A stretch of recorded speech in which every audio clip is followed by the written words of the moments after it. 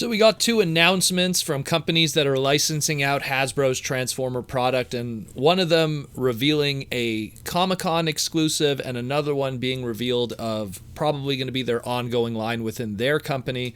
We'll start with the first one, and it's that of Funko Pop. We're back at talking about Funko, and it seems that the next Funko Pop Transformer that will be available will be that of, no surprise, Generation 1 Grimlock. And the interesting announcement here is that Funko Pop decided that the Generation 1 Grimlock will be an Emerald City Comic-Con exclusive. Of course, because conventions can't really function right now, it will be a virtual convention, and you will be able to pick up this Emerald City Comic-Con exclusive Grimlock through their website between March 1st and March 5th, 2021. Okay, sure. Again, I'm not surprised by Grimlock getting a figure because, I mean, if you kind of look at what has been revealed thus far of the Funko Pop line, pretty much 6 of the 7 Legendary 7 have now been done. I've talked about the Legendary 7 many times. It's Hasbro's pretty much push to whatever licensors that get the stuff. Hey, these are the 7 characters that always make money, so if you license from us, be sure to do those characters. They already did Optimus, they already did Megatron, they already did Bumblebee, they already did Starscream, they already did Soundwave. Now we have Grimlock. The only other one that would be missing from that is Devastator, but I'm sure we'll get a oversized, like the large Funko Pops. They'll probably do one of Devastator, I guarantee that. But so we have Grimlock here. He will be a Emerald City Comic-Con exclusive. Interesting that they decided to go with the robot mode. I guess they want to have the synergy of all the other ones that are in robot mode right now. It's one of the few characters of the Legendary 7 that you want to have in its alternate mode because it's more popularly known and thought. When you think of Grimlock, you think of the Dino mode more than you think of the robot mode, as crazy as that sounds to some people. And so it's, you know what I see? I see that this we can't tell by the image, but maybe it might be a metallic version, you know, with more of a metallic kind of gold on the chest, and then we'll get a retail one down the line that will be a regular colored version, and then of course we'll have a Dino mode one at some point also. What's interesting about this is that now it puts Funko Pop Transformers Generation 1 of the Retro Toys subline. Retro Toys is what all the G1 Funko Pops are called. It puts them now up to 9 of the 14 of them that have been released are exclusives to some kind of location. Only 5 of the 14 that have been released have been mass release. The original Optimus Prime, the original Megatron, the original Bumblebee, the original Jazz, and the original Soundwave. The other ones, the other 9, including this Grimlock now, have all been exclusive to something, whether it be Amazon or Target or even the Funko Pop store or GameStop. So that's really interesting that despite the fact that there would be this assumption that this would be a popular brand, that they're making more than half of the line exclusive to specific locations. It's probably the stores paying big money to get exclusivity of these characters, so that's probably the primary reason for it. But hey, it is what it is. I'm not a big Funko guy, so it doesn't really change my life. But again, I wanted to give my 2 cents, report on what's going on, and give people an idea of where they can pick up this product when the time comes. The second one we have here is another licensor. It's that of Icon Heroes. They got a license with Hasbro with a lot of their multiple brands, that being of also Power Rangers, G.I. Joe, and so on.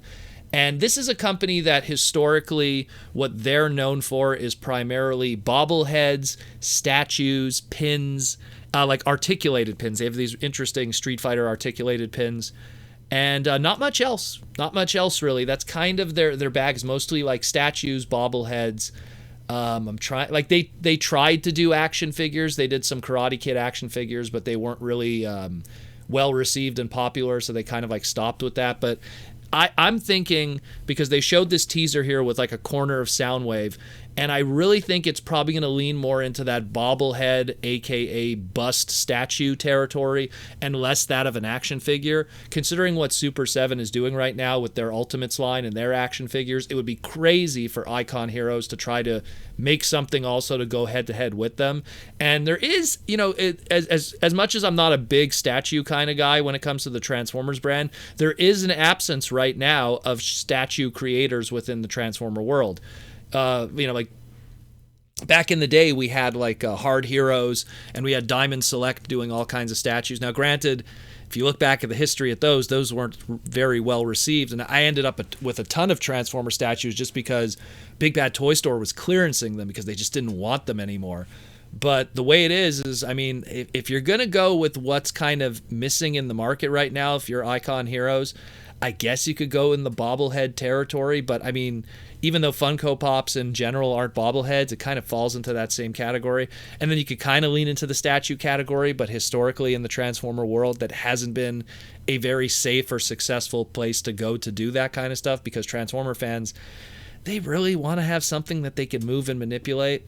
And I don't know. I think it's going to be a very bold move for Icon Heroes to get the license for the Transformer brand, especially. The question is, what are they going to do with it that could really make the money? They do other stuff. They do like puzzles, but I mean, really, puzzles. You know, they do patches. It's a lot of little things here and there. So the real question is, what could they do that could fill a gap in the market? This Soundwave teaser, probably going to be some kind of a affordable statue, a low-cost statue like some of their other stuff.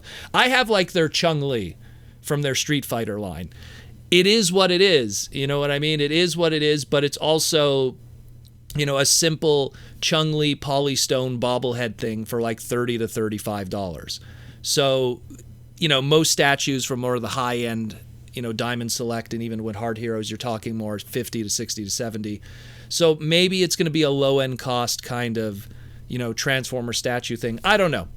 But it's just a warning to them that, you know, you got to be careful with what you're going to do with that brand, because there's so much of that product out there, so many other companies with the Transformer license. You don't want to step on their toes because they're already doing what you're doing. You're going to have brand confusion. You're going to have people going like, well, I don't even really want this to begin with. And then you have what Hasbro's making themselves in terms of transforming product that's in mass retail. So you really got to figure out to fill that niche of what is missing. So that being said, it is what it is. These two companies are doing their thing. So if you're interested in that Grimlock, check out Emerald City Comic Con's website the beginning of March and try to get your hands on that. And as for what's going to be happening with Icon Heroes, there's still more news to be seen. You know, it'll be reported here on the Transformer Slag podcast when the time comes. Hope everyone's staying safe, taking care, and enjoying this crazy season that we're dealing with in 2021.